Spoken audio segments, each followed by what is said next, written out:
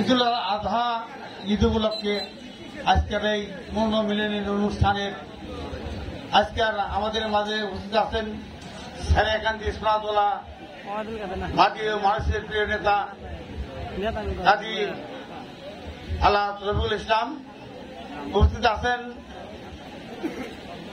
বগুড়া জেলার সাবেক সভাপতি সহসভাপতি কাজী এরফান হক ইন্টু ভাই, উপস্থিত আছেন সারেকান্দি উপজেলার বিভিন্ন নেতৃবৃন্দ, মঞ্চে আছেন আমাদের মহাল ইউনিয়নের সকল নেতৃবৃন্দ, মঞ্চে উপস্থিত আছেন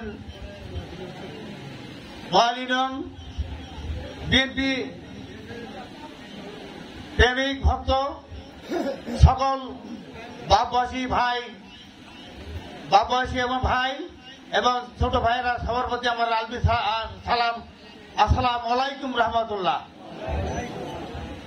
মহান আল্লাহবাদ দীর্ঘদিন পর এই মহালের মাটিতে মাইক দিয়ে কথা বলার সুযোগ করেছেন, এই জন্য আমরা সবাই একবার আল্লাহর কাছে শুকরিয়া আদায় করি, সবাই বলে আলহামদুলিল্লাহ।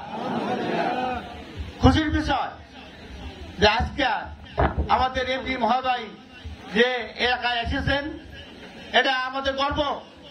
আমরা আমার বড় ভাই কথাটা বলে গেছেন, রেজাল মেম্বার সাহেব 16 সালের যে নির্বাচন হয়েছিল, আমি ধানের শীষ বাঁচা চেয়ারম্যান নিয়ে, আমরা জানি যে মহাল ইউনিয়নে বিএনপি আছে। ওই সময় সমস্ত আমলের সময় আমাকে ধানের শীষে ভোট দেওয়া চেয়ারম্যান নিযুক্ত করেছিলেন। এরা কারা? এত বিএনপির লোক। তাহলে এখনো বিএনপি আছে, দীর্ঘ কত বছর, 15-10 বছর নির্যাতিত হওয়ার পর